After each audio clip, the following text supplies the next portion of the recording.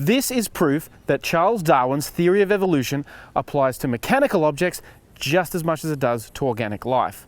That's because this is the all-new Lotus Eletre, and it is unlike any Lotus ever before.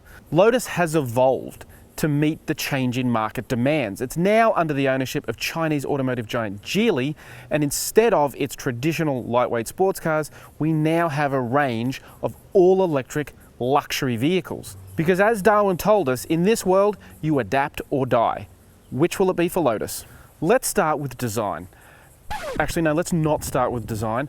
Let me give you a little bit of a history lesson, which I know it's a lot of exposition at the start of a car review, but you really need to understand where Lotus has come from to truly understand and appreciate just how radically different the Eletre is.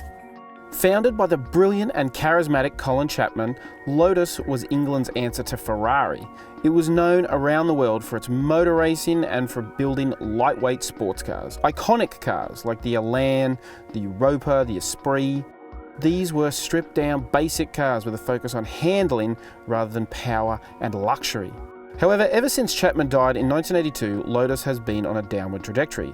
It no longer races, and it has a range of simple but dynamic sports cars that appealed to an increasingly small audience. After going through multiple owners, including General Motors and Proton, Lotus is now part of the Geely Group alongside Volvo, Polestar and Zeekr. All of which brings us back to this, the Eletre. This is the brand's new flagship SUV.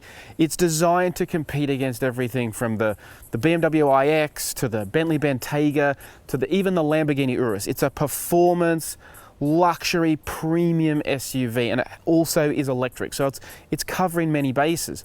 From a design aesthetic point of view, obviously it's 4 doors, it's an SUV. It doesn't look anything like any previous Lotus. You have to forget Lotus of the past. This is the Geely era of Lotus, and it has a look and feel that's similar to the Avea hypercar, the all-electric hypercar that Geely used to sort of kickstart its era of the brand. Now, whether you like it or not, the key to a car like this is you want people to look at it, and I think from that point of view, they've done a good job. This is it's an attention-grabbing design, but it's also quite premium, especially when you jump inside. The design of the cabin is another major evolutionary change for Lotus. Gone are the Spartan, stripped out, very, functional cabins of the brand's history, and instead we get this utterly modern, high-tech interior. You can see the dashboard itself is, it's got this thin screen that, just gives you the key information that you need. You've got another screen in front of the passenger, so, that probably makes it very easy left-hand to right-hand drive, which is sort of clever from an overall brand point of view. But you've got this massive screen in the center, the fit and finish, the premium materials, even the seat belt though. I gotta say, I love the seat belt. It's got the classic Lotus racing colors on it. There's multiple, color and trim options. It just does all the things you expect from a luxury brand now. This is, just like I say, this is a new version of Lotus, and as such, they've moved into this far more premium space. And I gotta say, from a design point of view, love it or hate it, it does look and feel premium. Speaking of the premium finish, that translates to a new space in the market for Lotus, in addition to competing in both the electric and SUV segments for the first time. The Eletre is available in 3 trim levels in Australia. There's the entry-level model, the S, and the range-topping Eletre R, which stretches the brand from around $190,000 all the way up to nearly the $280,000 mark before on-road costs. That puts the Eletre into the same realm as the BMW iX M60, which offers a similar electric package for a similar price. However, the historic sporty image of Lotus, coupled with its high performance and exclusivity, will no doubt have some Bentayga, Urus and Range Rover buyers giving it a thought, even if it is notably cheaper than those. Remember, if you want more details on the specifications and pricing, make sure you read my in-depth written review at carsguide.com.au. From a practicality standpoint, as much as I sort of talked about the design earlier being impressive, it's not so impressive, in that everyday usability sense. You do have a wireless smartphone charging pad at the front here.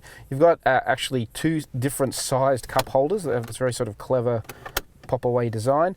And then you've got this littered console box, which does have 2 USB-C ports in it. But that's about it. You know, you got door pockets, but there's not really much in the way of small item storage, which is a surprising omission for a premium car, and particularly a big SUV. In the back seat of the Lotus, which is not something you could really say before this current evolution of the brand, you'll find yourself with, you know, really nice space. It's a generous back seat, which is what you want in a luxury SUV. You know, I'm about 180 centimeters, 6 foot tall. You know, plenty of space, plenty of headroom. You know, even though it's got a swooping roof line, you're not jammed right up against the top if you're, you know, right up against the roof if you're an adult. Good knee room, good leg room. And as a bonus, particularly in this Eletre S we're testing here, if you don't have enough leg room, well, you've got this little screen down here. You can shove the person in front of you forward and get them out of the way. You can also recline the back seat if you really want to just stretch out and let someone else drive and just relax. But again, from a practicality point of view, we've got a couple of cup holders, and there's even a pair of USB-C ports down here. So you're well catered for. So yeah, you can really sit back, relax, and just enjoy the ride in the back seat. Out the back, you've actually got a very generous boot, 688 litres on paper, and it's nice and deep. It's got good width to it. It is a really respectable boot, and it's going to make, you know, the Eletre quite a practical option for buyers. And then as a bonus, you've got 46 litres of space under the bonnet, where you can, you know, stash the charging cable or any other sort of small item that you need to. One thing I don't love though, despite its generous size, there's no spare. You've only got a puncture repair kit. But I guess, look, if you're spending more than $200,000 on a car, or over $300 in the case of the Eletre R, I'm going to go out on a limb and say you can probably get someone, you know, afford to get someone to help you when you do get a flat. As mentioned earlier, there are 3 versions of the Eletre. There's the base model, the Eletre S that we're testing now, and they get the same powertrain. But then there's also the Eletre R, which gets an even more potent version.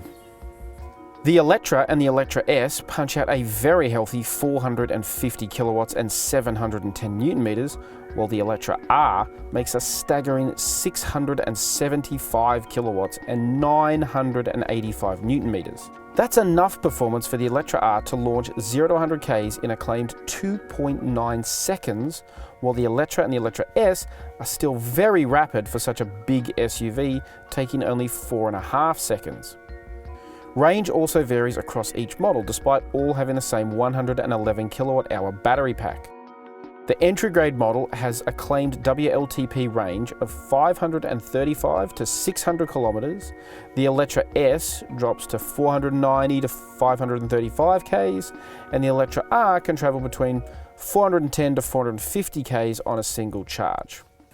And I know I've been trying to make a big deal of the separation between old Lotus and new Lotus, but one stat that really jumped out at me looking at the efficiency of this car is the battery. It weighs 665 kilograms, which is only a few kilograms less than what cars like the Lotus Elan and the Lotus Elite from the 60s weighed entirely, which kind of shows you, obviously, you know, modern electric cars, you know, battery packs are heavy, but just the car industry as itself, cars have gotten bigger, they weigh more, but it's still just a crazy thing to think of just how far this brand has come. Right, so that's all the facts and figures out of the way. How does the Eletre actually drive? What's it like on the road? Well, I've got to say, you know, it's certainly, from a performance point of view, it's quick. You know, it's got power, it's got torque. You know, it's rapid. It feels very brisk, particularly for such a big SUV. And that's great, you know, for people. Obviously, when you buy a Lotus, you expect a certain degree of performance, and it certainly ticks that box. Does it tick the box in the traditional sense of Lotus? No, this isn't the kind of car you're going to want to, I don't know, take to the racetrack. It's a big SUV. This is not what that's for. But in terms of its, you know, certainly its straight line performance, you know, you've got different drive modes, so you can have some fun, I guess, if the road gets twisty.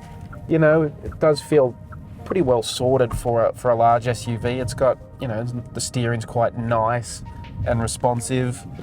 The ride itself is pretty good. It's, you know, it's on the firm side, obviously. You know, just the sheer weight of the car, it does feel a little stiff at times, a little bouncy, but overall, I would say it's quite a comfortable car to drive. And I guess that's really the audience that Lotus is trying to get to these days is more of that, they want a comfortable, luxurious driving experience. And that's where, the fact that it's electric comes, to the fore. It's quiet, like I say, quiet, quick.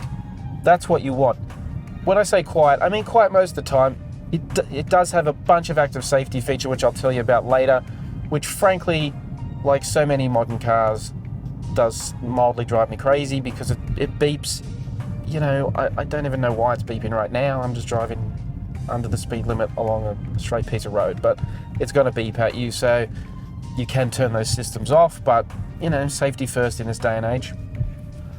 Ultimately, the biggest hurdle for the Eletre is that it actually feels a lot like so many other modern electric vehicles. There is a degree of Lotus character to it, I guess, but overall, it feels almost, feels very familiar. It feels, but familiar in a generic sense. It does lack the kind of character that made Lotuses previously stand out. When you abandon everything the brand previously stood for, you inevitably end up in a different place. And so, Lotus now has to try and find a way to appeal to a new type of customer. And if they value sort of the luxury over the driving dynamic, then the brand should be in good shape. Not that it's a bad car, just that it lacks that special feeling that you really want from something like a Lotus. It just feels that little bit generic, and that's a shame, that the brand has lost something there. But they just have to hope that by losing that, they gain more, by attracting a new type of customer that they've never previously had. Another major evolutionary change for this new era is a massive upgrade in terms of safety technology. The Eletre is packed with an array of cameras and sensors to help you avoid an accident. There are 34 in total. There's 4 LiDAR, 6 radar, 7 HD cameras, and 12 ultrasonic sensors. This all feeds a raft of active safety features, including highway assist, which makes the Eletre the first Lotus that can drive itself. As for its ownership credentials, Lotus doesn't offer any cap price servicing, so you need to discuss the ongoing maintenance cost of your Eletre with your local dealer. So what's the verdict? Obviously, this is a dramatically different version of Lotus. And the real question is can this hold its own against, the best from BMW, Mercedes, Bentley, and more? Does it do that? Is it head and shoulders above those cars? No, I can't say that. What I can say though is it will attract attention. It will potentially woo buyers from those brands. After all, it is a very, it's very luxurious. It's got the head turning looks, but it's also, a quiet, luxurious, electric car, but it's also got serious performance as well for those people who want those sporty credentials. But it needs to, because as Mr. Darwin told us all those years ago, only the fittest survive. And if Geely wants Lotus to thrive, then it's going to need to continue to evolve and adapt. Now, if you want more on the Lotus Eletre, make sure you read my in-depth written review at carsguide.com.au.